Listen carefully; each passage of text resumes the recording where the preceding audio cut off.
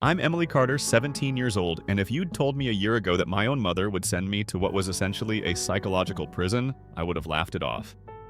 But here I was, Labor Day weekend, sitting stiffly in the passenger seat of my mom's SUV as she droned on about how everything she did was for my own good. "You brought this on yourself," she said, her hands gripping the wheel a little too tightly. "You were sneaking around with boys, Emily." What did you expect? I kept my gaze fixed on the dashboard, saying nothing. I knew better than to argue. One wrong word and she'd send me right back there to that hellhole of a re-education camp where they broke you down until you forgot who you were. Every muscle in my body ached just thinking about it. I couldn't even breathe properly when I saw my dad waiting on the porch as we pulled into the driveway. His arms open for a hug, that easy smile on his face, but all I felt was panic. At that camp, you weren't allowed to look at men. Not real ones. Not even a photo. The punishment for breaking that rule. Let's just say you learned real quick what terror meant. They caught me once with a dumb fashion magazine, just a picture of some guy in a suit. They tied me upside down over a pool and dunked me repeatedly until I blacked out. I'd almost died. After that, even the sight of my own father made my skin crawl. Mom leaned in toward me as I hesitated at the door. "Go on," she whispered sharply. "Say hi to your father. You used to be so friendly. Look at you now." Pathetic. I shuffled past her, managed a weak smile in Dad's direction, and sat at the table. The smell of home-cooked food filled the air, and I tried to pretend it didn't make me nauseous. At the camp, they had pumped me full of dirty water, something about cleansing the mind until my stomach burned inside. They'd secretly rushed me to surgery afterwards, slicing out half my stomach. I barely managed 2 bites of dinner before the pain started again. My throat burned as I forced each swallow, determined not to upset Mom. But my body betrayed me halfway through. I gagged and stumbled from the table to vomit into the trash can. Mom exploded.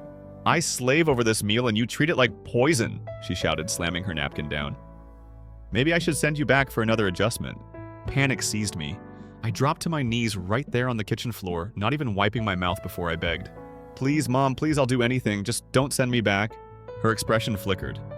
Shock, guilt. It didn't matter. Dad stepped in, trying to sound calm, but his voice quivering. "Honey, maybe she's just sick. Call the camp and check if there's a stomach bug going around." The moment Mom reached for her phone, my survival instincts took over. I latched onto her wrist, shaking my head furiously. "No, please, I'm fine. Don't call them." My voice cracked, desperation flooding every word. If they sent me back, it would kill me. I knew that in my bones. Mom yanked her hand free anyway and walked out to make the call. I crumpled on the floor, gasping, whispering to myself like a broken record. "Don't call, don't call, don't call." That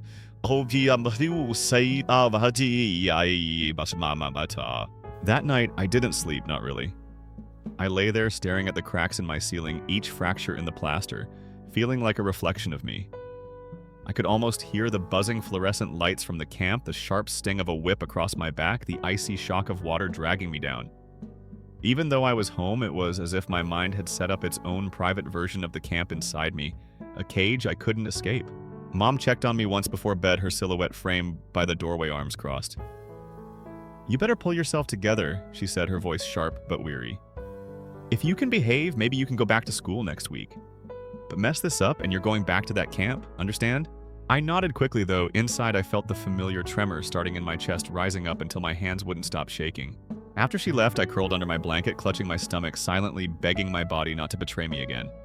I promised myself that I would be perfect. Invisible if I had to, no mistakes, no reasons for her to doubt me.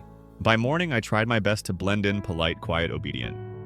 At breakfast, I smiled on cue, kept my head down, even thanked Mom for her toast, though I could barely keep it down. She studied me from across the table, as if gauging how much of that camp had successfully broken me. It was working. In her mind, it was all working. Later that day, she took me to enroll at school, walking me right up to the front office, her hand gripping my shoulder tightly. Her smile bright, but her fingers digging into my skin like talons. "Emily's had some issues," she told the school secretary, "but she's much better now. We're very hopeful." I could see the secretary glance at me out of the corner of her eye, probably wondering what issues I had. I smiled my most polite, practiced smile back. I was good at pretending. I had learned that much. But as I walked through the halls toward my first class, I felt it again, the tightening in my chest, the cold sweat on my back. Boys everywhere, laughing, leaning against lockers, brushing past me. My body recoiled instinctively, and I pressed myself against the wall, heart racing so fast I felt dizzy. It wasn't logical, I knew that. None of them had done anything to me, but logic didn't stand a chance against what the camp had done to me. In my homeroom, my assigned desk was next to a boy, a tall, lanky kid with dark hair and a friendly smile. "Hey," he said. "You must be new." I could barely look at him. My throat constricted. I managed a nod and immediately turned my face down toward my textbook. The rest of the day passed in a blur of avoidance. No eye contact, no talking. I moved through the hallways like a ghost. After school, I made a beeline home, shoulders hunched, trying not to draw attention to myself. But as I cut through a narrow alley near the edge of town, a shortcut I'd used as a kid, a group of girls stepped into my path. Their hair dyed in streaks of blue and pink, piercings glinting in the sun, cigarettes dangling from their fingers. Their leader, a girl I vaguely recognized as Riley from 2 grades above me, took a long drag and exhaled smoke directly into my face. "So," she said, "you're the freak who sits next to Josh and won't even say hi, huh?" My stomach dropped. I hadn't even realized his name was Josh. I began, but Riley's smirk cut me off. "You think you're better than us?" she taunted. Too good to even look at it. The other girls laughed, circling me like sharks. I shook my head desperately, hands raised, backing away until I bumped against the alley wall. I swear I didn't mean... Before I could finish, Riley shoved me hard and I stumbled, scraping my elbow on the brick. The others jeered and one of them kicked dirt onto my shoes. "If you tell anyone Riley sneered her face inches from mine, you'll regret it." Then, just as quickly as they'd appeared, they melted back into the shadows, laughing. My legs shook as I gathered myself, brushing dirt off my jeans with trembling fingers. What had I done? I hadn't even spoken to Josh. And yet here I was, an outsider, a target already. When I got home, Mom was waiting in the kitchen, arms folded, watching the clock. "You're late," she said flatly. I mumbled some excuse about traffic, but she cut me off. "You're filthy," she added, eyes narrowing. "What happened?" I tripped, I lied, forcing a smile that I hoped looked convincing. "It's nothing." She didn't press further, just waved me upstairs to clean up. I felt a rush of relief as I reached my room, locking the door behind me. But that relief was short-lived. At dinner that night, I tried to keep my head down, spooning tiny bites of soup carefully. But Mom's gaze was sharp, dissecting me from across the table. "Emily," she said. "Suddenly, you're still acting strange, distant. I want you to switch seats at school. I don't want you near any boys, understand?" I froze, the soup turned to acid in my throat. "I already don't talk to anyone, Mom," I said quietly, my voice barely above a whisper. "That's not enough," she snapped. "Proximity matters. Boys are a distraction." Dad shifted uncomfortably but said nothing. He never did. After dinner, as I cleaned the dishes, Mom hovered near the sink. "You're lucky I got you out of that camp," she said softly, her voice almost gentle for once. "But don't think for a second I won't send you back if you disappoint me again." That threat settled into my bones like ice. I lay awake that night again, staring at the ceiling, my thoughts racing. The bruises on my elbow throbbed softly, but it wasn't the pain that kept me awake. It was the realization that no matter how obedient I was, no matter how careful, there would always be another condition, another test. I could never win. And as that thought took root, something inside me shifted, not like breaking, but bending, flexing toward something new. A grim determination. If they were going to police my every step, my every glance, then I needed to think carefully. I couldn't afford mistakes anymore, not one. By morning, I'd made my decision. I would become exactly what they expected. I would study, stay silent, keep my head down, I would endure. But underneath it all, I would watch, I would remember, I would wait. Mom thought she had broken me. What she didn't realize was that in bending me this far, she had created something she couldn't control, a version of me that would do whatever it took to survive, and when the time was right, escape. Even if it meant burning every bridge behind me. And as I pulled on my hoodie that morning, hiding my bruises, I caught my reflection in the mirror. For the first time in months, I didn't see a victim. I saw a survivor. A spark flickered in my chest, a dangerous little ember that Mom couldn't see. Not yet, but soon. The first few days back at school felt like walking a tightrope over a pit I knew too well. I kept my head down, my books clutched tight to my chest like a shield, moving from class to class without acknowledging anyone. I sat in the back row away from windows, corners, boys' whispers. Even my teachers seemed unsure how to interact with me, this silent, withdrawn girl who flinched every time someone spoke too loudly or moved too quickly. Mom had made sure the school counselor knew I was fragile, a term she liked, because it sounded delicate but kept everyone on guard. But what they couldn't see, what no one could see, was how sharp my mind was becoming beneath this fragile exterior. I was watching everything, memorizing everything. My world had narrowed into a constant scan for threats, a sudden laugh behind me, a loud locker door slamming shut, the casual teasing in the cafeteria that felt like it might spiral at any moment. The irony was that boys didn't even matter to me anymore. Not in any way Mom feared. Just seeing one in my peripheral vision was enough to spike my heart rate and send cold sweat down my spine. But Mom's obsession wasn't about boys, it was about control. She'd found a language of morality that disguised her hunger for dominance, a language that society validated. protecting young girls from falling into sin. She could hide behind that, and so could that awful camp. Still, I played my part perfectly. Every evening I sat at the kitchen table, my homework meticulously done, answering every question Mom threw at me with careful politeness. She seemed almost pleased. "That place really helped you, Emily," she mused one night, running her fingers along the edge of her wine glass. "Honestly, if I'd known how well it would work, I would have sent you sooner." I just smiled, the practiced tilt of my lips betraying nothing, while inside a slow-burning fury coiled tighter. But what Mom didn't realize was that she had made a mistake bringing me back to this school.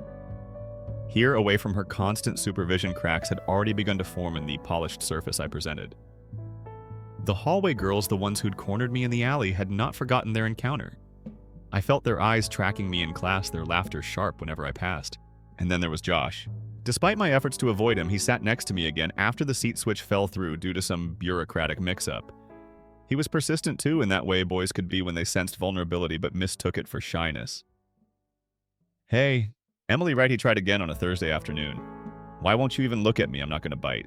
His voice was kind. Too kind.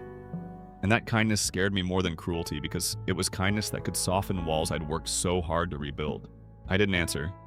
Instead, I pretended to read, tracing the same paragraph over and over with trembling fingers. "Look, if I did something," he started, leaning in a little concern, creasing his brow. "Please don't," I whispered, cutting him off before I could think better of it. He froze, studying me like he was finally starting to understand that whatever was wrong with me wasn't about him. But someone else had been watching this brief interaction, Riley. That afternoon, as I left through the back entrance trying to avoid crowds, Riley and her crew were waiting. "So that's how it is," she sneered. "Too good to talk to Josh, but you let him sit next to you." I backed away instinctively but stopped myself. Running would only invite more. I squared my shoulders, forcing my voice to stay calm even though my heartbeat hammered in my ears. "I didn't ask him to sit there," I said quietly. "I don't talk to anyone." Riley stepped closer until we were face to face, her cigarette smoke curling between us like a challenge. "You think you can play innocent? You're just another stuck-up little snob, pretending you're better than the rest of us." And then without warning, she grabbed my backpack and yanked it off my shoulder, dumping its contents on the ground, books, notebooks, pens spilling everywhere. "Oops," she said mockingly. The others laughed high and cruel. I crouched down quickly to gather my things, trying not to let them see how badly my hands were shaking. "You don't belong here," Riley added, her voice lowering to a hiss. "Next time, it won't just be your stuff we mess up." That night, as I replayed everything over and over in my mind, something shifted again. Riley and her gang were a problem, but they weren't my real problem. My real enemy was sitting across from me at every family dinner, scrutinizing every word and move, feeding the narrative that this control was love. And I couldn't keep living like this. I realized I needed to do something risky. Not reckless, but risky. I needed proof.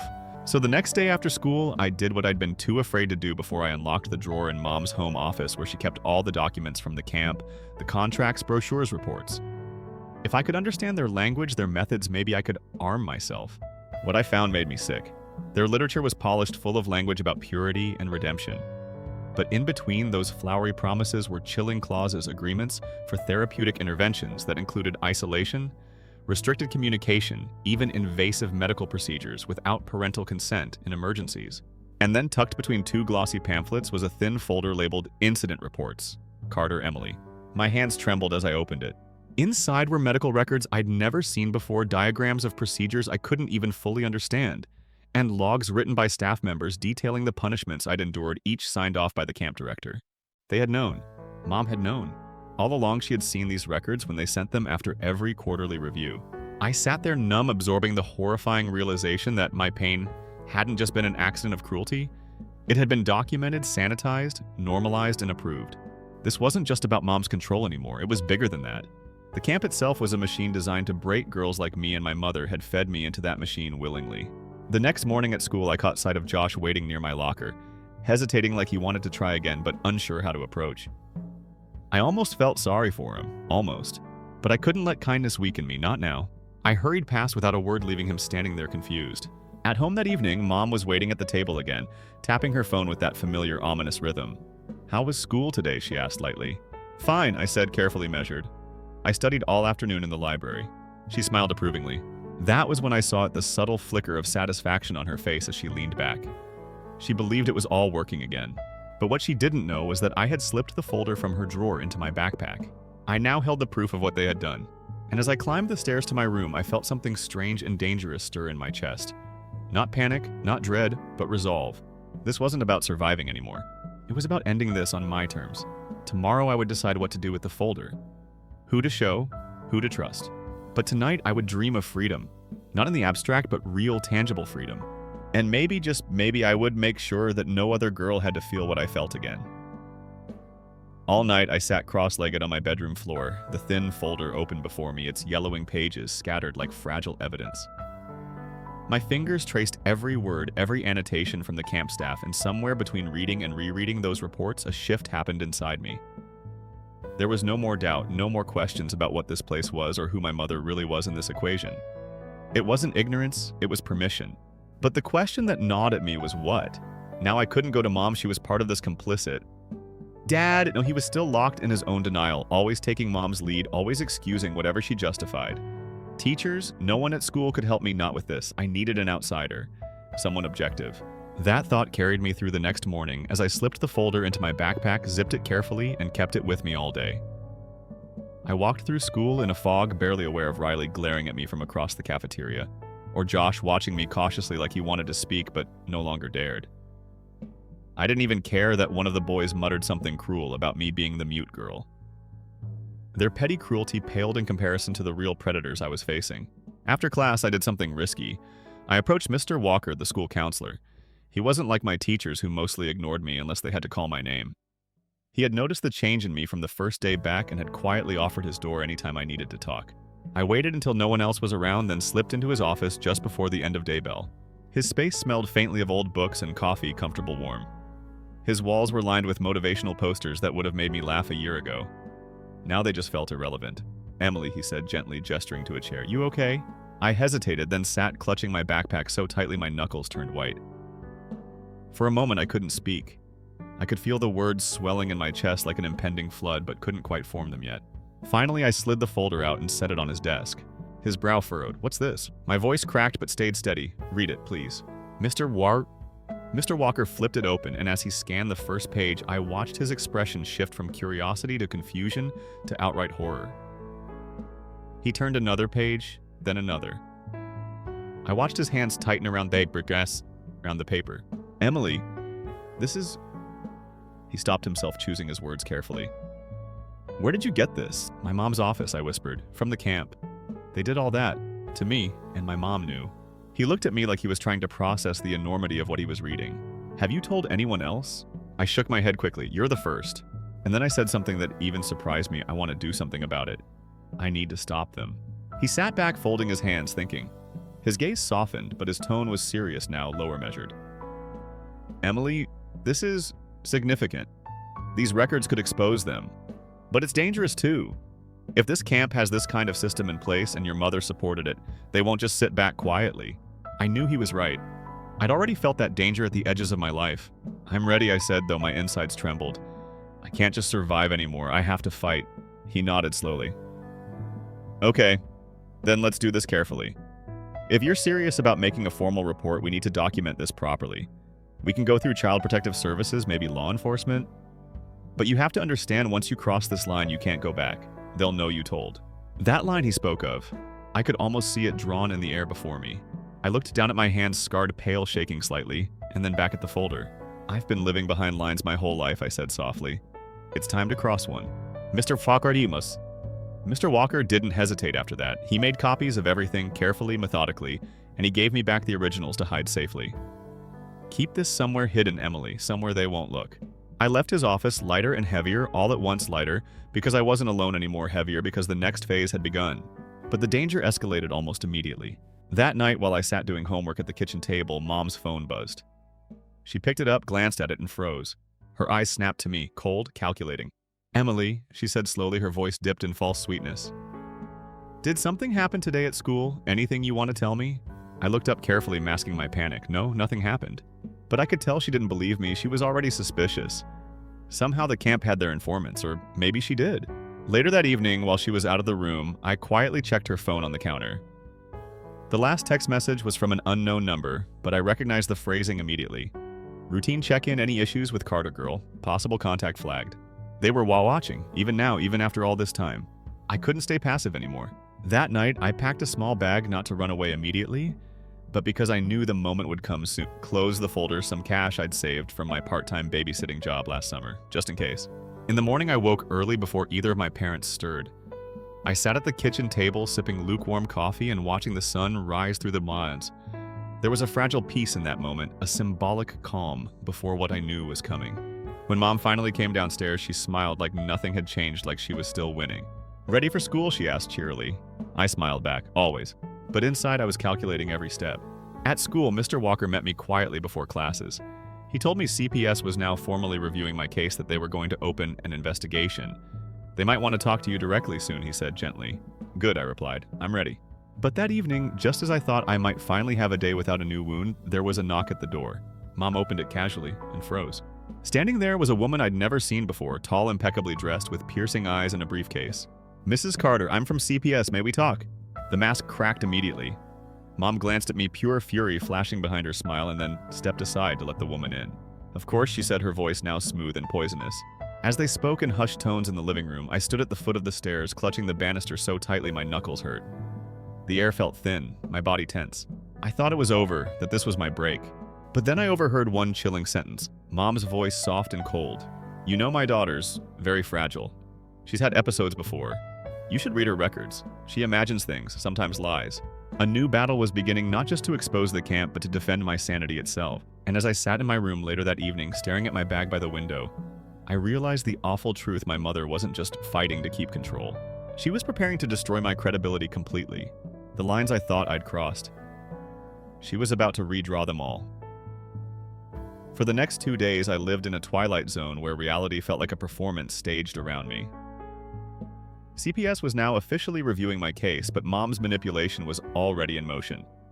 Every interaction at home became a polished performance for outsiders. She cooked elaborate meals she never used to make. She asked me fake pleasant questions like, "How was your day, sweetheart?" loud enough for Dad or any visitor to hear. She even made me herbal tea in the evenings, sitting with a concerned expression, commenting softly, "I just want my daughter to feel safe again." But beneath that surface, her eyes told a different story, sharp, alert, predatory. The CPS worker, Ms. Holloway, returned for follow-up interviews. This time, she sat with me alone in the den, a notebook open in front of her, pen poised. "Emily," she began gently, "your mother says you've had challenges. She showed me some paperwork suggesting you might struggle to separate truth from imagination." There it was. Mom's strategy wasn't just control anymore. It was gaslighting on an institutional level. I sat very still, my heart pounding, but my mind clear. This was the moment I'd been preparing for. "She's lying," I said flatly, holding her gaze. "She knows exactly what that camp did to me. She approved it all. I have proof." I reached for my backpack and carefully pulled out the folder. These are the original records from the camp. They describe everything that happened. The punishments, the isolation, the procedures. They sent this to my mother and she never stopped them. Ms. Holloway's expression shifted. Professional curiosity turned into something colder, professional scrutiny. She reached out, took the folder, and began flipping through it slowly at first, then faster as she realized what she was holding. "This is serious documentation, Emily," she said finally, her tone changing from tentative to careful respect. "Have you shown this to anyone else?" "Only my school counselor," I replied. "Mr. Walker, he has copies." That seemed to matter. She made a note. "We'll be speaking with him too." In that moment, I realized that while Mom had set the rules of our private world for years outside that house, the rules were different. Ms. Holloway left after thanking me for being brave. But I knew this wasn't over, not by a long shot. That night, Mom barely spoke a word at dinner, but her silence was deafening. The air around her was so taut I felt like it might snap.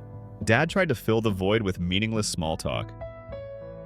"How's the weather supposed to be this weekend?" He mumbled, his fork clinking nervously against his plate. He couldn't even look me in the eye anymore. Mom finally broke her silence as she rose from the table. "Emily," she said too casually, "would you mind helping me downstairs later? The storage closet is a mess." Every instinct in me screamed that this was a trap. She never asked me to go down there before, and now her smile was too thin, her voice too measured. But I nodded. "Sure, Mom." It was a test and I had to pass it carefully. After dinner, I quietly texted Mr. Walker from my phone. "I think she's about to do something. If I don't show up at school tomorrow, please check on me."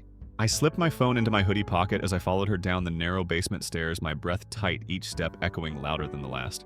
The basement smelled like dust and old paint, a place rarely visited. The single hanging bulb swung slightly as she flipped the switch, casting long shadows on the concrete floor. She didn't speak at first, just moved some boxes around methodically, humming under her breath. Then suddenly she turned and looked directly at me. "I know what you're doing," she said softly. I froze. She stepped closer, her face inches from mine. "You think you can turn them against me? Your little folder, your counselor CPS, they don't know you like I do. They'll see what I show them. They'll believe what I tell them." Her voice dropped lower, almost a whisper. "You're still just a child, Emily. You'll never outsmart me." I stared at her, something inside me breaking free from years of fear. I realized then that this wasn't just about me anymore. It was about every other girl trapped in places like that camp. Every kid whose parents used protection as an excuse for control, who learned to fear themselves more than their abusers. Her words had once shaped my reality, but not anymore. "Then why are you so scared?" I asked quietly. The question hit her harder than any scream would have. Her mask slipped for a fraction of a second, just enough for me to see the fear underneath all her control. But before she could recover, I stepped back quickly, climbed the stairs 2 at a time, and slammed the basement door shut behind me. I braced a chair under the doorknob without thinking. My hands shook violently, but my mind was clear. I couldn't stay here another night. I grabbed my pre-packed bag, stuffed the folder inside, and ran out the front door into the night. I didn't know exactly where I was going, but I knew who I needed to find: Mr. Walker. He would help me contact the right people. I couldn't fight this alone anymore. The streets felt colder than I expected. The familiar houses of my neighborhood looked alien, their lights-off blinds drawn a reminder of how isolated suburban life could really be when you needed someone. I walked fast, clutching my hoodie tighter around me. Halfway down Main Street, I heard tires behind me, a car slowing down deliberately. I didn't turn, I just walked faster. But then I heard a voice I recognized: my mother's. "Emily, get in the car now." I didn't look, I didn't hesitate. I ran. I cut through backyards, hurdled fences I hadn't touched since childhood, the folder banging against my side with every step. I could hear her calling me, her voice rising in fury, but I kept running. By the time I reached the edge of town, my breath was ragged, my legs shaking. The old library stood in front of me, its lights dim but still open. I burst through the door, startling the night staff. They didn't know me well, but they knew something was wrong. "Can I use your phone?" I gasped. They handed it over without question. I dialed Mr. Walker's number from memory. When he answered, I didn't wait for pleasantries. "I left," I said quickly. I ran. "She's following me. I have the folder. Can you come get me? I'm at the library." His voice was calm but urgent. "Stay there, Emily. I'm on my way. You did exactly the right thing." I hung up, finally allowing myself to sit down on a bench near the entrance. My hands trembled, but my heart felt strangely calm. For the first time, I had truly acted on my own behalf. No performance, no pretending. Just me. Within minutes, Mr. Walker arrived. He didn't ask questions. He simply guided me into his car and locked the doors. "We're going straight to the authorities," he said firmly. "No more delays, no more questions about who to trust. You've done your part. Let them handle the rest." As we pulled away from the library, I looked back one last time. In the parking lot under a street lamp stood my mother, her arms crossed, her face unreadable. But I no longer cared what expression she wore. This was no longer her story. And as the headlights lit the road ahead, I knew the next chapter would test everything I thought I knew about myself and about justice. But I was ready. The next morning didn't begin with the smell of burnt toast or the sound of my mother's sharp heels on the floorboards. It began in the quiet waiting room of the county's Child Protective Services office, a sterile place that smelled faintly of industrial cleaner and something more elusive bureaucracy. The chairs were cheap, the carpet was worn, but this was the safest place I'd sat in months. Mr. Walker was next to me, leaning forward slightly, hands clasped together tightly, but offering small reassurances with every glance. I could feel the weight of my decision heavy in my chest. I was sitting there because I'd decided not to run away blindly, but to fight within the system that had failed me for so long. I knew this wasn't over, not by a long shot. By midday, I was escorted into an interview room where 2 CPS investigators and a detective from the local police department sat waiting. A recorder sat on the table between us, a plain black device that felt suddenly powerful because this time my words were going on record. My story would no longer be confined to whispered pleas or ignored cries. It would be documented, filed, and reviewed by people who could finally hold the camp and my mother accountable. The questions began gently but quickly dove deep. What had I experienced at the camp?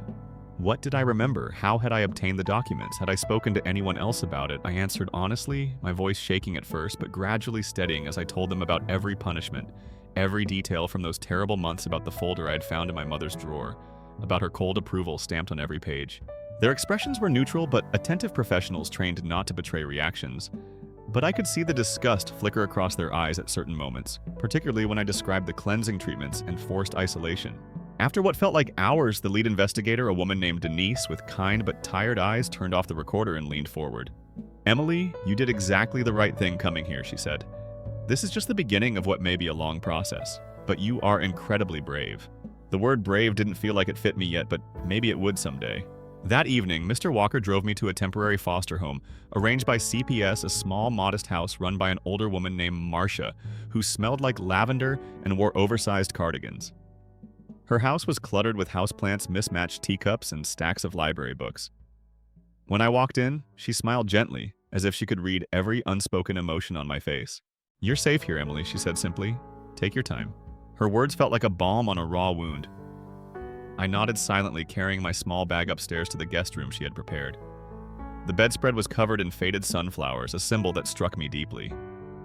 Sunflowers always tilt toward the sun, no matter how cloudy the sky. Somehow it felt right. But the peace of that evening was short-lived.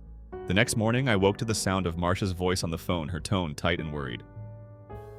"No, she's here." "What do you mean she showed up at the station?" "Of course I'll keep her safe." I sat frozen at the top of the stairs, clutching the railing. My mother. She hadn't disappeared quietly. She had shown up at the police station the moment she learned I had fled, spinning her version of the truth. I could already imagine what she was saying, that I was unstable, that I had a history of lying, that I was easily manipulated. Her tactics were predictable, but still terrifying, because for so long she had held all the power over how my story was told. But now, for the first time, that power was slipping away from her, and she knew it. When Marcia hung up, she found me standing at the bottom of the stairs. "She's trying to file a counterclaim," she said carefully. "But don't worry. CPS and the police are aware of your evidence. The investigation is continuing. No one's going to take you from here without a court order." The reassurance helped a little, but the anxiety stayed like a weight pressing on my chest. Later that week, I was asked to give a formal statement again, this time in the context of building a case. The district attorney's office had been briefed, and they were moving quickly, too quickly for my mother's liking apparently, because I learned through the investigators that she had hired a lawyer, a sharp, expensive one, to discredit everything I said. But what she hadn't counted on, was me. I wasn't the same terrified child who used to cower when she raised her voice, or when camp staff punished me for infractions as small as eye contact with a boy. I had crossed a line internally, one that wouldn't let me go back to silence. When my court date finally came, the courtroom was packed but hushed. My mother sat at the defense table, dressed impeccably as always.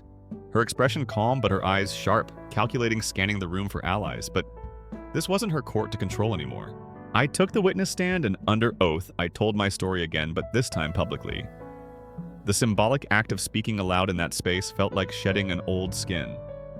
I didn't falter when my mother's attorney tried to rattle me with questions about my mental state. I simply told the truth. Calm, direct, precise. And when they presented the records I had taken from her drawer, the very papers she had hoped to bury, I watched the color drain from her face as the reality settled over her. There was no walking this back. At the end of the proceedings, as I stepped down from the stand, I caught a glimpse of Josh sitting quietly in the back row. He met my gaze and gave me a small nod, not pity but recognition. It felt like a bridge, a symbolic reminder that there was still a world waiting for me outside this courtroom. When the verdict came weeks later, it was more than just a judgment against her parental rights. It was an indictment of that camp too. Investigators were already interviewing other victims whose parents had believed the same lies about saving their daughters. There would be more testimonies, more stories like mine, but this time they wouldn't be silenced. In the aftermath, I chose to stay with Marcia for a while longer, finishing out the school year quietly. My life felt strange, but new, unshackled, but uncertain.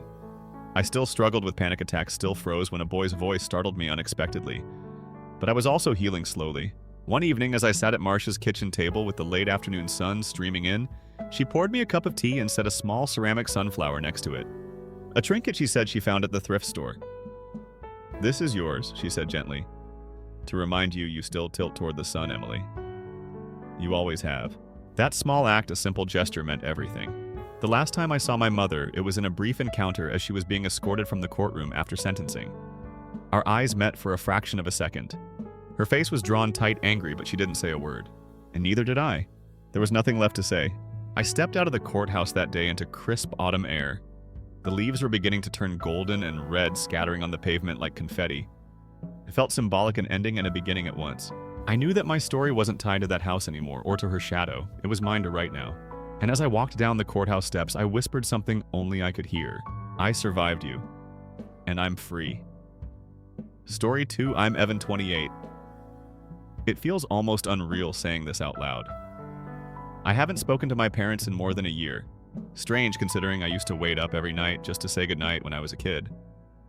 I thought maybe if I worked hard enough, better grades, trophies, perfectly timed jokes at dinner, I'd finally get what my older brother Liam seemed to be born with their approval.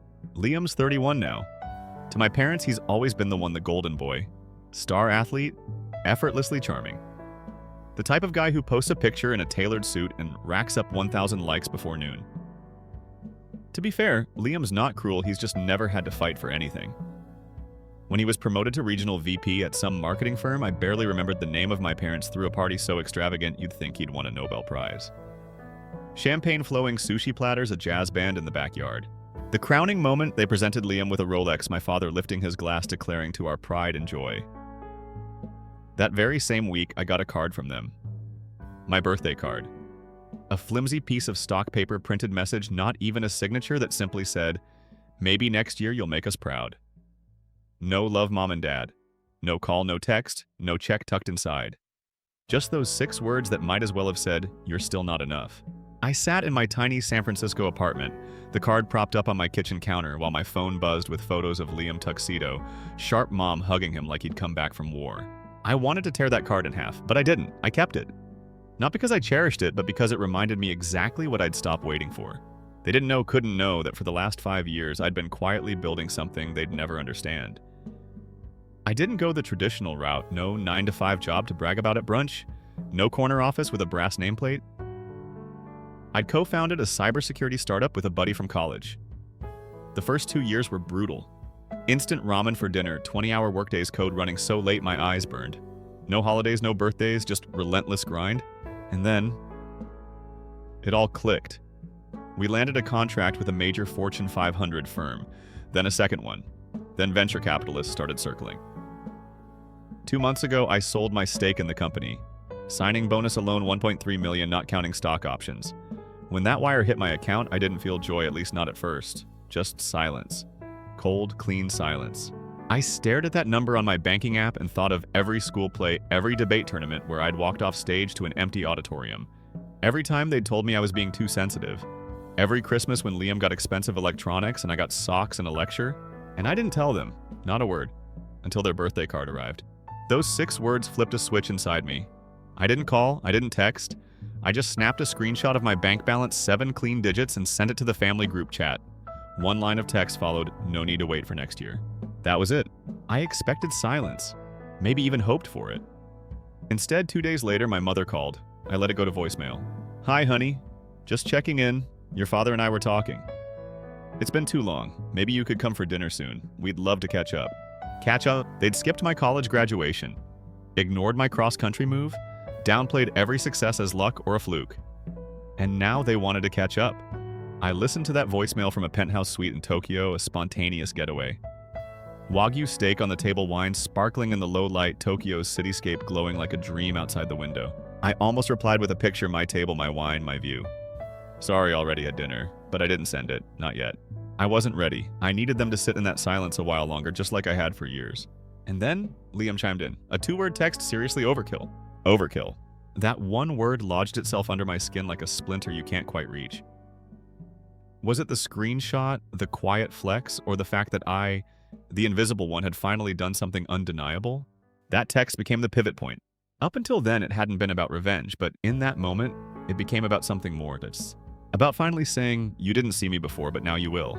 And that's how this story truly begins. After Liam's overkill text, I stared at my phone for a long moment, letting the Tokyo skyline shimmer around me like some indifferent witness.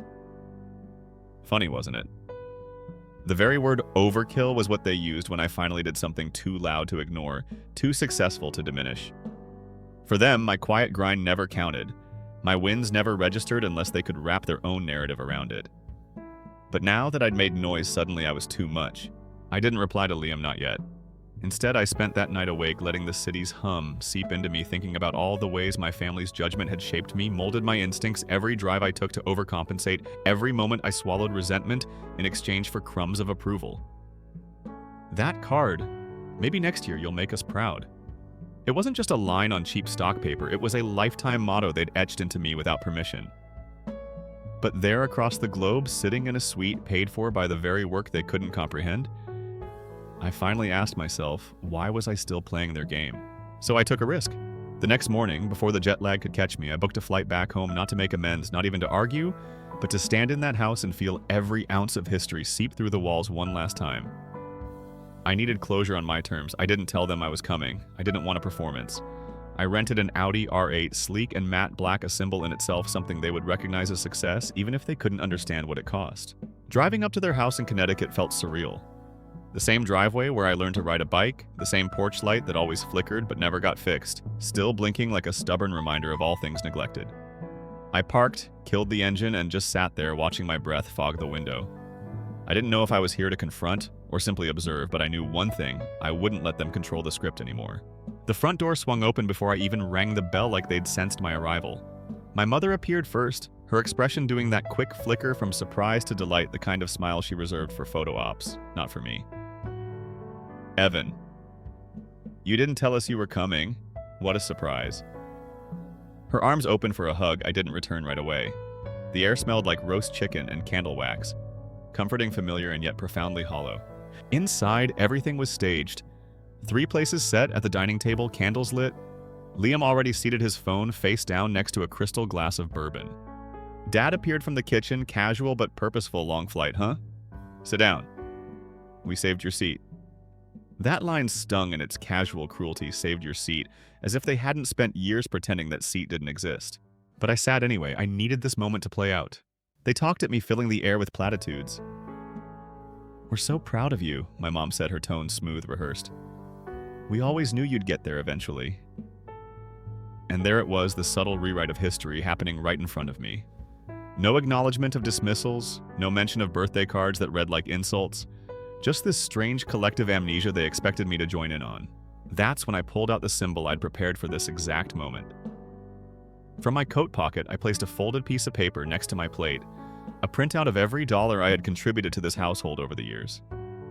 Utility bills I quietly paid when they were behind. The Netflix account they loved, mine. The smart thermostat Liam always bragged about, adjusting remotely, mine too. The $10,000 gift I wired when Dad's business hit a rough patch, all of it, me. I didn't say a word. I simply let the paper sit there as a silent witness. Liam was the first to break the silence. Seriously, his voice carried that trademark mix of smugness and condescension. You flew all the way back here to what? Shame us, count pennies. I met his gaze without flinching. No, Liam. I flew back to show receipts, literal and metaphorical. My father cleared his throat, leaning back in his chair. Evan, no one asked for that money. And there it was again, the minimization, the erasure, the rewriting of the past in real time. Exactly, I said calmly. You didn't ask, but you took. And I gave for years because I thought, maybe if I just kept giving, eventually you'd see me. But you didn't, and that's okay. Really it is. I'm not here to collect. I'm here so you can't pretend anymore.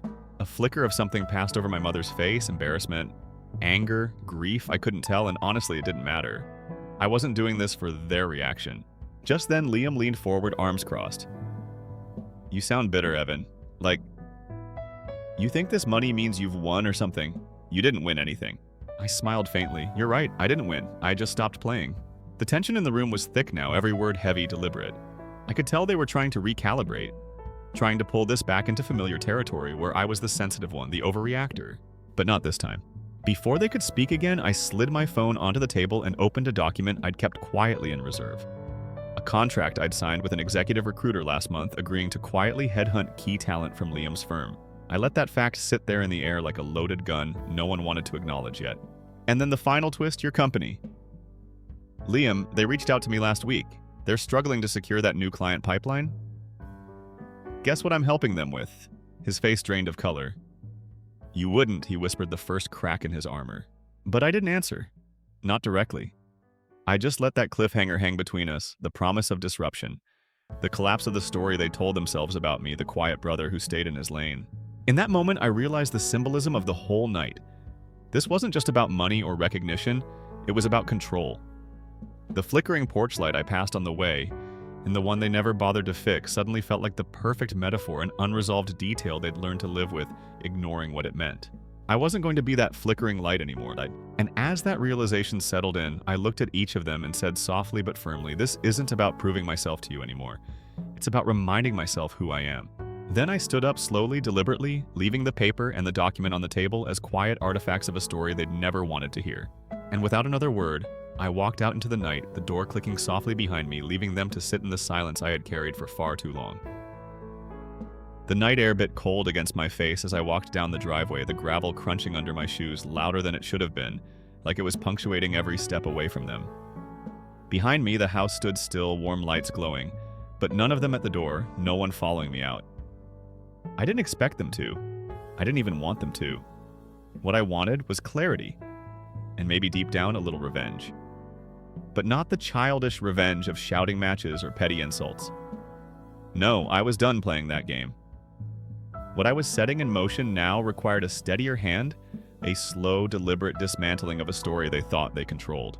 By the time I reached my car, my heart had steadied, my thoughts sharpening. It would have been easy to drive away and leave it all behind in some poetic escape. But life isn't a movie, and unfinished business has a way of dragging behind you like a heavy chain unless you close it properly. Before I even put the car in gear, I opened my email and tapped out a short message to a contact I hadn't spoken to in months. Let's move forward on the consulting arrangement for Liam's firm. Full discretion, but priority status. Expect my brief tomorrow. I hit send and felt something inside shift, not exactly satisfaction, not quite peace, but purpose. As I pulled out onto the road, my headlights caught the old mailbox at the foot of their driveway. Same dent on the side, same crooked post leaning just slightly from the time Liam crashed his bike into it as a kid. No one ever bothered to fix it properly. I found myself smirking. The mailbox felt like a metaphor too, a broken thing left leaning for so long, it became part of the scenery. A reminder that some wounds just get absorbed into the landscape unless someone decides to repair them or tear them out entirely. I didn't go back to my hotel. Instead, I drove aimlessly for almost an hour, letting the roads take me where they would, while I turned over everything in my mind. Was I cruel for what I'd just done, for what I was about to do? Maybe. But cruelty wasn't the point. The point was truth. For years, I'd let them pretend to themselves and to the world that I was the weak one, the lost cause, the son who never quite lived up. Even after all my work, all my sacrifice, they would have gladly kept me in that role if I let them. It wasn't enough that I succeeded. I had to succeed quietly, respectfully, in a way that allowed them to maintain their illusion of superiority. The hypocrisy of it all gnawed at me. Society teaches us to idolize families, to believe in unconditional love and home as sanctuary. But the truth is darker and less polite. Some families weaponize love, rationing it as reward for compliance, withdrawing it as punishment for independence. And I had spent most of my adult life paying that tax without realizing it. At a gas station on the outskirts of town, I parked and leaned back in my seat, staring at the ceiling. I could walk away now, disappear entirely, let them implode at their own pace. Or I could be methodical, strategic. This wasn't about money, and it wasn't even about Liam anymore. This was about dismantling the whole scaffolding they built around their identity, the false image they presented to neighbors, friends, country club acquaintances, the perfect family with the brilliant eldest son and the wayward younger one. That scaffolding was fragile. All it needed was a well-placed push. And then my phone buzzed. A message from someone I hadn't thought about in years, Sophie, Liam's ex-girlfriend from college, the one who vanished from our family's orbit almost overnight back then for reasons no one explained. Her message was short: saw you're in town. Would be good to talk. I know some things about Liam you might want to know. That text felt like a key turning in a lock I didn't know existed. I sat up, fingers hovering over the screen. Another symbol, maybe the past looping back just when I thought I was writing my ending. What could Sophie possibly know after all these years? But then I remembered how she disappeared right before graduation after dating Liam for almost 3 years. And how Liam had smirked when Dad brushed aside any mention of her with a wave and a dismissive, "She wasn't serious material anyway." In that moment, a new clarity settled in. This wasn't over. Not by a long shot. Whatever Sophie had to say was part of this story too, a thread I hadn't pulled yet. I typed a reply tomorrow morning. Tell me everything. As I sat there, engine off, the cold creeping into the car again, I realized I was no longer just confronting my family's treatment of me. I was peeling back the entire architecture of lies they'd maintained for decades. Maybe Liam's rise wasn't as clean as it looked. Maybe Dad's business success had cracks I hadn't noticed as a kid. Maybe Mom's complicit smiles hid more than just casual cruelty. And suddenly it didn't feel like revenge anymore. It felt like freedom. The truth is, we all inherit a story. The family narrative we're handed as kids becomes the framework through which we define ourselves. But sometimes you wake up and realize that story was never written for you. It was written about you without your consent to keep you small. That was what this whole journey was about. Not proving my worth, not cashing in receipts. It was about reclaiming authorship of my own damn life. I turned the key in the ignition headlights, cutting a path through the darkness as I pulled back onto the highway. Tomorrow morning, I would sit with Sophie and listen carefully. Whatever she had to reveal, I would be ready. The game had changed, and this time I wasn't going to play by their rules. By the time I reached the city limits, I felt lighter than I had in years. But there was still a knot in my chest, a tension that wouldn't fully release until I uncovered every lie, confronted every shadow they had cast over me. Tomorrow would be another chapter, and it wouldn't be written in their language. The next morning, I met Sophie at a quiet cafe tucked into a side street, a place far from the polished pretense of my family's world. It was small, with mismatched chairs and chipped mugs, but the atmosphere felt honest in a way their dining room never had. Sophie looked almost exactly the same as I remembered, sharp eyes, hair pulled back casually, the same quiet confidence. But there was something different too, an edge, a weariness. She didn't waste time with pleasantries. "Liam ruined my life," she said simply as she stirred her coffee. I leaned in, careful not to rush her, but my pulse quickened. I'd always wondered why she vanished so completely from our orbit back then. We were told she moved abroad, that she wasn't wife material. But something in me had never fully bought that story. Sophie didn't sugarcoat it. She told me how at the height of their relationship, Liam had pressured her into signing on as a silent partner for an investment venture he was cooking up with a group of college friends. She was just 21, young, trusting, and eager to fit into our family's elite narrative. The paperwork had been opaque, but Liam assured her it was all standard. In reality, he funneled student loan debt into shell corporations using her name as guarantor while keeping his own clean. When it all collapsed, she was left holding 6 figures of debt. Her credit-destroyed reputation trashed quietly behind closed doors while Liam walked away untouched, his image polished as ever. I sat back in my chair, stunned but not exactly surprised. This was classic Liam, charming on the surface, ruthless underneath. He had built his entire life that way, extracting what he needed from people, and then discarding them before consequences could catch up. Sophie's disappearance had simply been one more piece of collateral damage in his rise. "What do you want from me now?" I asked, my voice low, steady. She hesitated, then answered with complete honesty. "Nothing. I just thought you should know. I saw your name pop up in the news, your startup sale, and then I heard from someone that you were back. I figured maybe you'd finally see him for who he really is." That hit me harder than anything else she said, finally see him. It wasn't just me she was talking to, it was every person who'd been caught in the gravitational pull of Liam's curated image. She reached into her bag and slid a slim folder across the table. "Just in case," she said. Inside copies of the original contracts, she signed old emails where Liam made promises that later vanished, bank statements showing the transactions. Receipts, literal receipts. I thanked her quietly, unsure what I was going to do next, but knowing this was no longer about petty revenge. The universe, or fate, or karma, or whatever you wanted to call it, had just handed me an opportunity far more powerful than I'd planned for. This wasn't about one-upping Liam anymore. It was about revealing the truth, not just to my parents, but to everyone who had bought into the myth. As I left the cafe, I glanced back at Sophie. She wasn't looking for an apology or closure. She had already found her own peace. She just wanted me to carry the truth forward. And I would. Driving back toward the city, I thought about all the social contracts that prop up families like mine. The polite silence, the implicit agreement that, as long as you present well, what happens behind closed doors doesn't matter.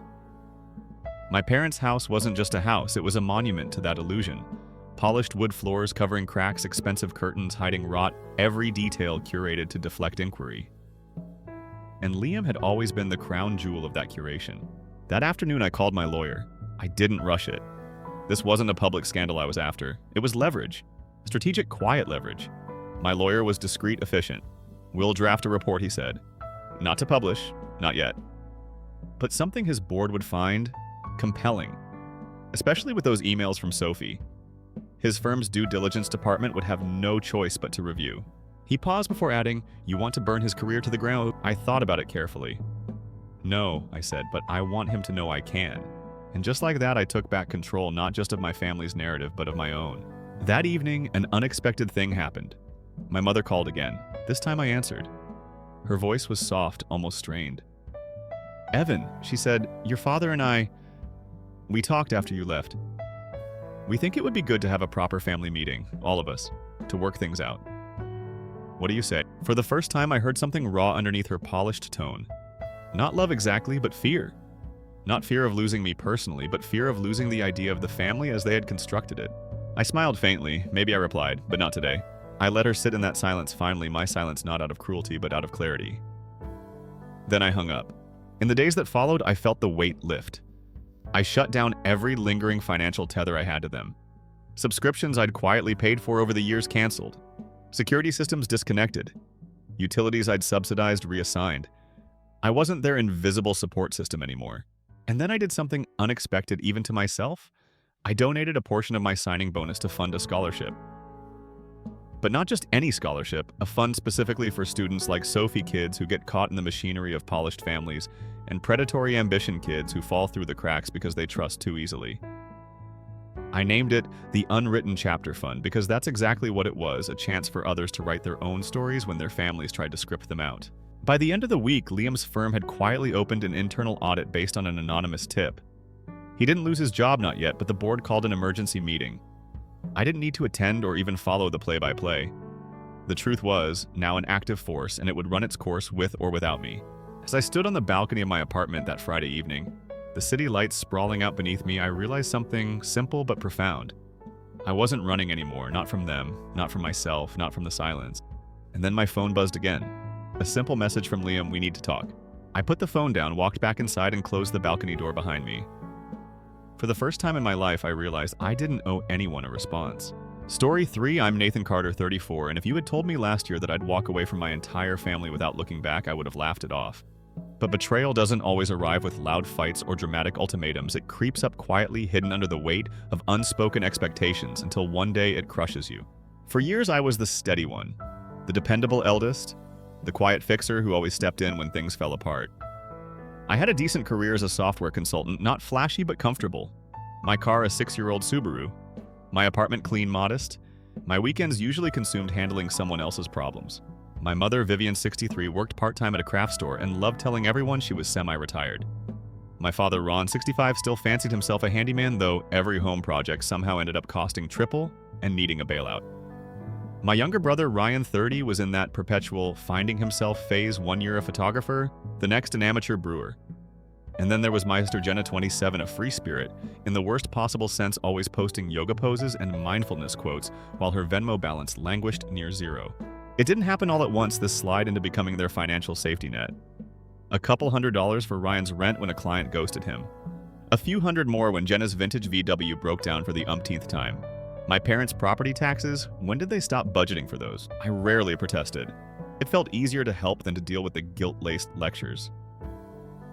"We're family, Nathan," my mother would sigh. "Families support each other." And I did. Quietly. Predictably. The one thing I kept sacred, the annual Vermont cabin trip, was different.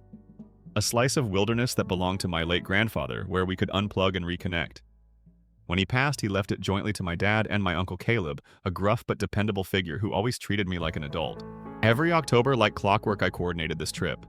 I managed the permits, the repairs, the supplies. I even fronted the annual maintenance fee, $1 to $500 this year alone. My family didn't lift a finger, they simply showed up. So when Jenna called a last-minute family Zoom in early September, I assumed it was to finalize this year's trip. I was already pulling up my spreadsheet, proud that I'd prepaid the cabin caretaker. But the moment I logged on, I knew something was off. The screen filled with two cheerful faces, Mom sipping wine, Dad chuckling at some inside joke, Ryan lounging like he didn't have a care in the world. And then there was Jenna, practically glowing as she waved at someone off-screen. That someone was Kyle, Jenna's new boyfriend. The man boy who made a living as a travel influencer, but mostly seemed to drift between couch surfing and Instagram stories about coffee beans. I'd met him once. He called my hiking boots cute vintage cosplay and asked if there was Uber in the forest. "Nathan," Jenna chirped, interrupting my opening sentence. "Guess what Kyle is coming with us this year? He's so excited to connect with nature." That phrasing, "coming with us," made me pause. "Okay, cool," I said slowly, still trying to steer the call toward logistics. "So, about the trip dates," Ryan cut in. "Oh yeah, about that," he said, glancing sideways at Mom. "We kind of already left." Silence. "Left," I repeated. Mom cleared her throat, looking everywhere but the camera. "Sweetheart, it all came together really fast. Kyle had a gap in his schedule and it seemed easier this way, more spontaneous, less planning. That word planning hung there like an accusation. I already paid the caretaker, I said flatly. I blocked off the week at work. You take things so seriously, Nathan. Dad chuckled. This was just a chance to let go. Relax. The betrayal didn't feel loud, it felt surgical. They'd gone to the cabin the one I paid for organized and kept up without even telling me. Worse, they brought Kyle, the guy who once asked me if hunting season meant there was a bar crawl in town. I didn't argue. I logged off, staring at the blank screen while a cold, clear realization took shape. They hadn't forgotten me, they'd excluded me, and they didn't even feel guilty. For the next few days, my texts to Ryan went unanswered. Jenna sent a breezy, "Hope you're well," with a selfie from the cabin deck. Mom posted pictures of Kyle chopping wood badly with hashtags like #ManInNature. That's when it clicked. I had always assumed they leaned on me out of need. But this wasn't need.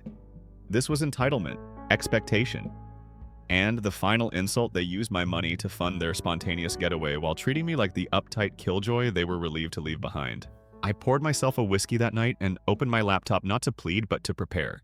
A spreadsheet glowed back at me every payment, every utility bill, every auto transfer I'd quietly maintained for them. The total almost $34,000 in 2 years. If they preferred Kyle's easygoing vibes to my intensity, they could have it. By dawn, I was ready to vanish, not in anger, but in quiet resolve.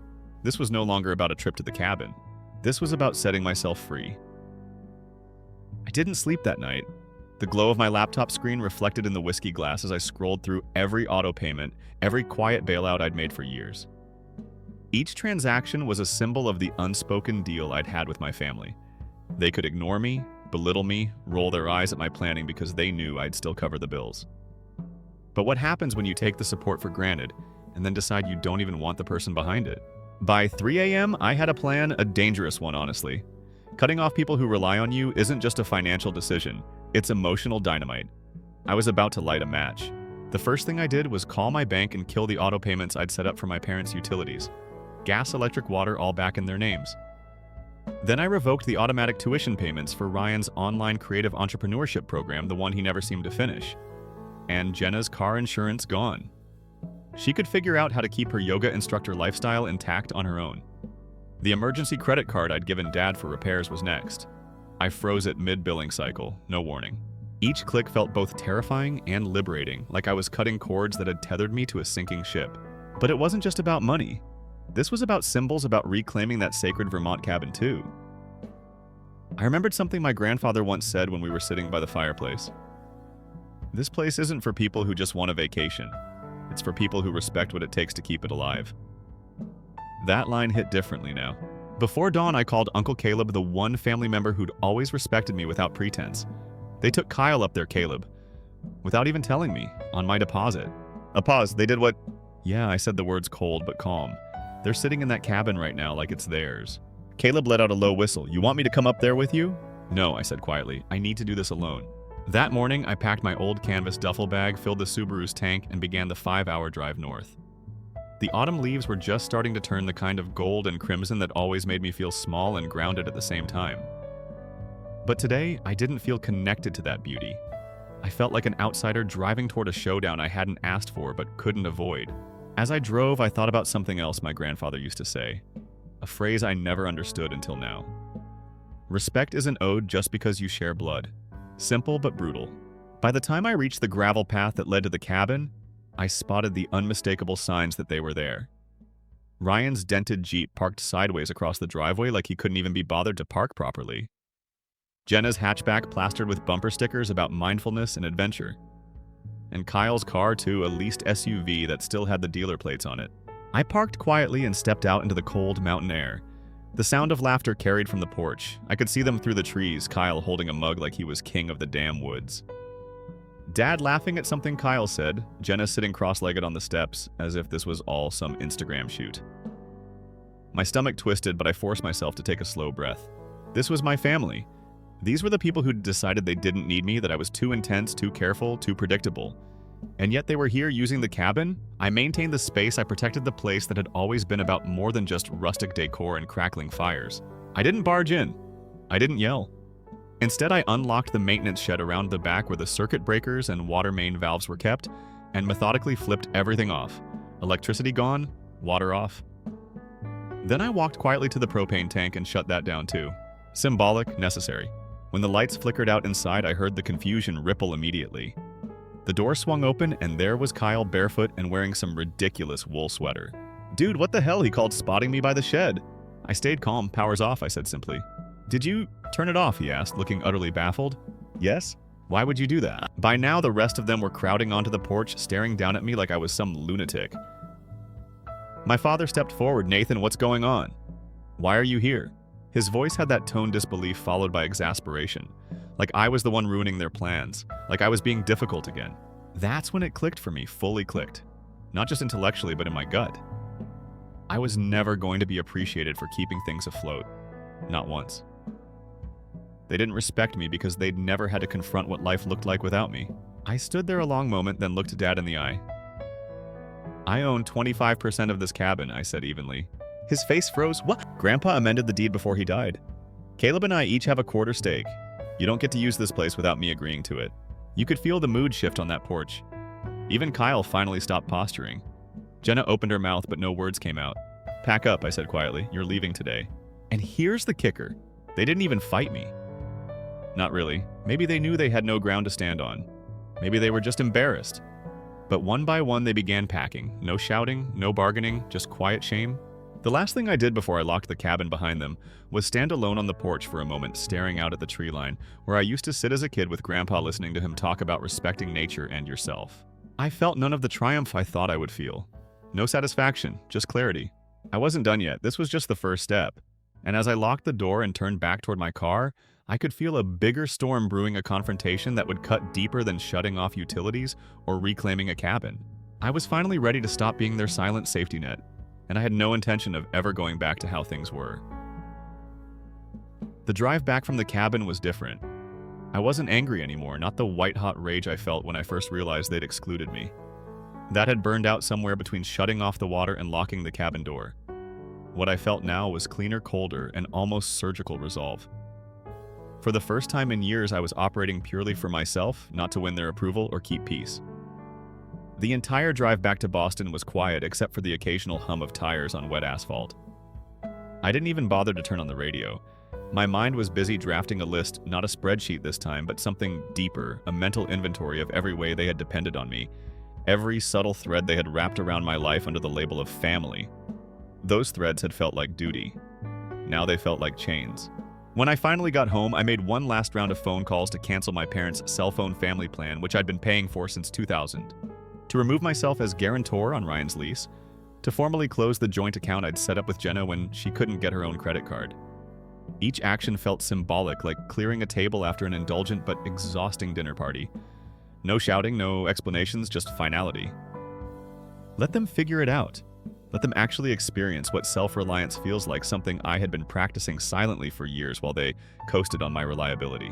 2 days later, the texts began. First, Jenna, short and syrupy.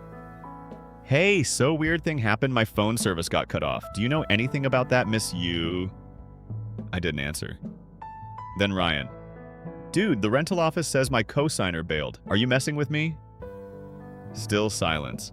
And then Mom predictably ratcheted it up a notch. "Nathan, your father and I are very worried. We can't reach Jenna or Ryan either. Did something happen? Please call us. This feels petty and beneath you." Beneath me. The irony almost made me laugh out loud. They didn't even realize they were proving my entire point. Their calm, orderly lives had always depended on me quietly taking care of things so they didn't have to. That evening, I sat in my dim apartment, a glass of bourbon in hand, and thought about that cabin again. Not just the building itself, but what it symbolized. When I was a kid, that cabin had been my sanctuary, a place where I felt useful, respected, needed. Grandpa never mocked me for double-checking supplies or planning firewood. He'd called it being prepared. But somewhere along the way, my family took that trait and twisted it into a flaw. I could feel it now. They didn't want a son or a brother who planned, who paid, who protected. They wanted someone they could outsource their responsibility to. And the minute I asked for basic respect, they called me rigid. Controlling. Gold. But here's the truth that had crystallized since that long drive home. Control wasn't my problem. It was their crutch, and I was done being their crutch.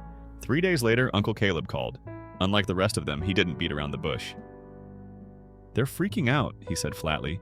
"Your mom called me twice today crying. Jenna says you cut her off. Ryan's blaming you for the lease thing, and your dad.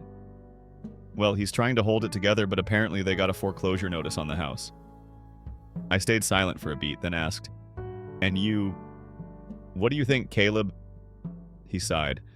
I think you finally did what you should have done a long time ago, but... He trailed off. They're asking for a family meeting. The phrase hit me like a slap. A family meeting? Like we were going to sit around the living room with coffee and hash this all out like adults, like they hadn't replaced me with Kyle on a trip I paid for. Like this was just a misunderstanding and not a deliberate exclusion that exposed years of unspoken resentment. But there was one part of me, a small part, that wanted to see them squirm. That wanted them to sit in a circle and realize that I wasn't going to show up with a checkbook and fix everything anymore. That wanted to hear them say out loud what they really thought about me. So I said yes. Tell them I'll come, I told Caleb. But I'm not promising anything. I'm not coming to apologize or make this easy. I'm coming so they can look me in the eye and say what they should have said a long time ago. That Sunday, I pulled into my parents' driveway exactly at 6:00 p.m. I didn't bother to knock. I stood outside for a moment, taking in the sagging gutters, the peeling paint, the dead flowers in the front garden. The house itself had become a symbol of everything wrong with this family, a facade that used to seem solid but was now showing the cracks I'd been patching for years. Inside, they were all assembled in the living room, awkward and jumpy. Jenna perched on the arm of the sofa, arms crossed defensively. Ryan stared at his phone like he could somehow text his way out of this. Mom sat rigidly on the edge of her chair, her face drawn tight with worry. Dad, surprisingly quiet, stood by the fireplace where so many family photos used to hang, but now sat empty. No Kyle in sight, I noted. Probably bailed the second the utilities got cut. I didn't sit down.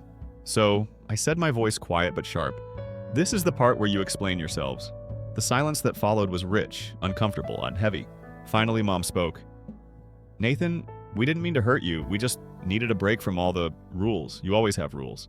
Rules like paying bills on time, keeping a roof over your heads, making sure no one's car gets repossessed.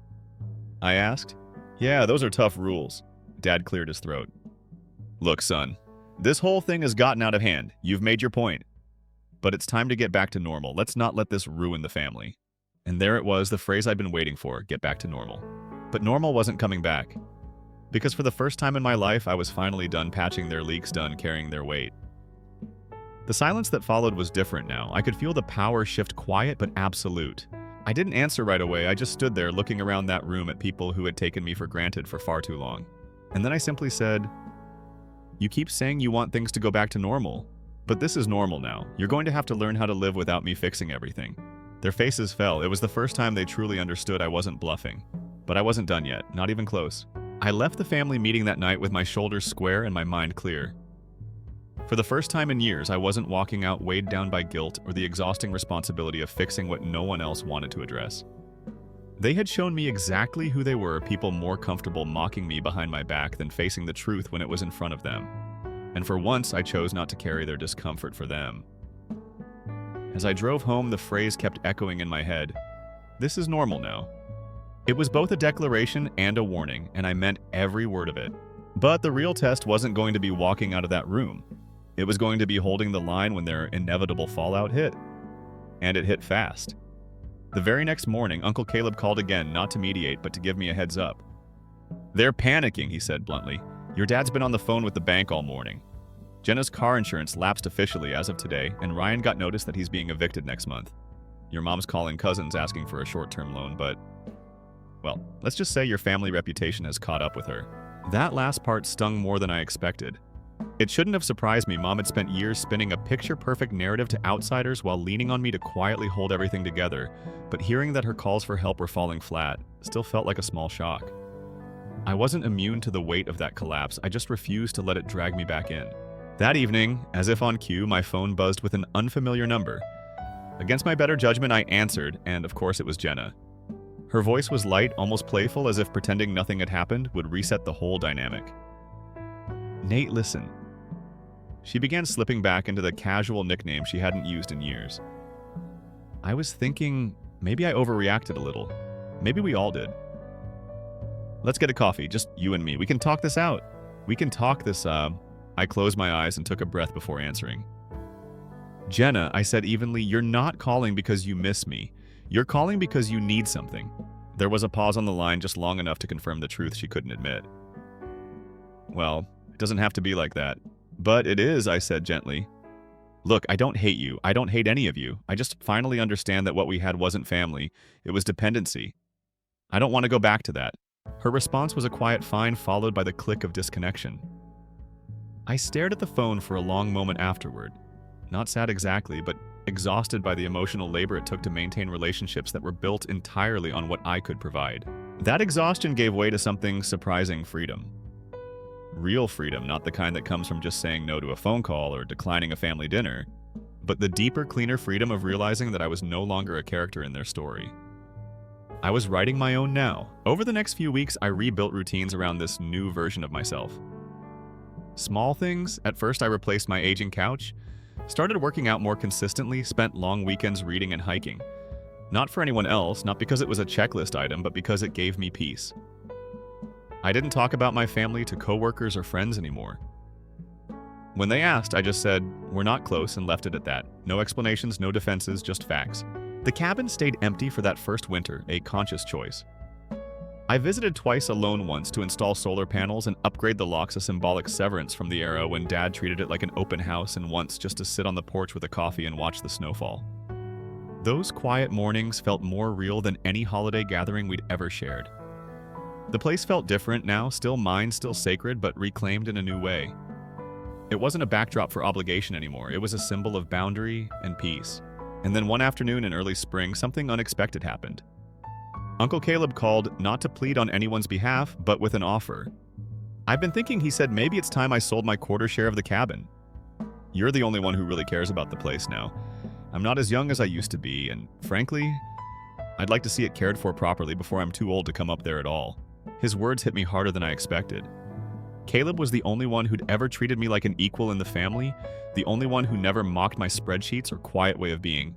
But his offer was fair, and I understood the subtext he was letting go too. After a moment's pause, I said, "Yeah, let's talk numbers." That night, I poured myself a bourbon, sat at my kitchen table, and started a new spreadsheet. This one wasn't for anyone else. No auto payments, no hidden gifts, no secret sacrifices. Just a simple, deliberate plan for purchasing Caleb's share of the cabin and turning the place into something new. Maybe a retreat, maybe a rental for hikers and writers, maybe just a quiet place where no one's voice but my own, and maybe a few birds and wind through the trees would fill the air. I didn't feel the need for revenge anymore. The silence I'd given them was punishment enough, and frankly, it wasn't even about punishment at this point. It was about choosing peace over chaos, reality over pretense. And as I reviewed the numbers, a strange thought crossed my mind. Maybe someday, years from now, I'd invite Ryan or Jenna or even Mom and Dad up to the cabin, not out of obligation or guilt, but as equals, as people who'd finally learned to stand on their own. Maybe, or maybe not. I didn't need an answer right now. The next morning, I drove up to the cabin again, not to check on repairs or stock firewood or balance anyone else's needs, but just to be there. I sat on that old wooden bench my grandfather built, a place that once symbolized tradition and now represented something more radical: freedom with boundaries. As the sun set behind the trees, I felt a quiet certainty settle over me. This was the new normal, and for the first time in my life, that felt exactly right.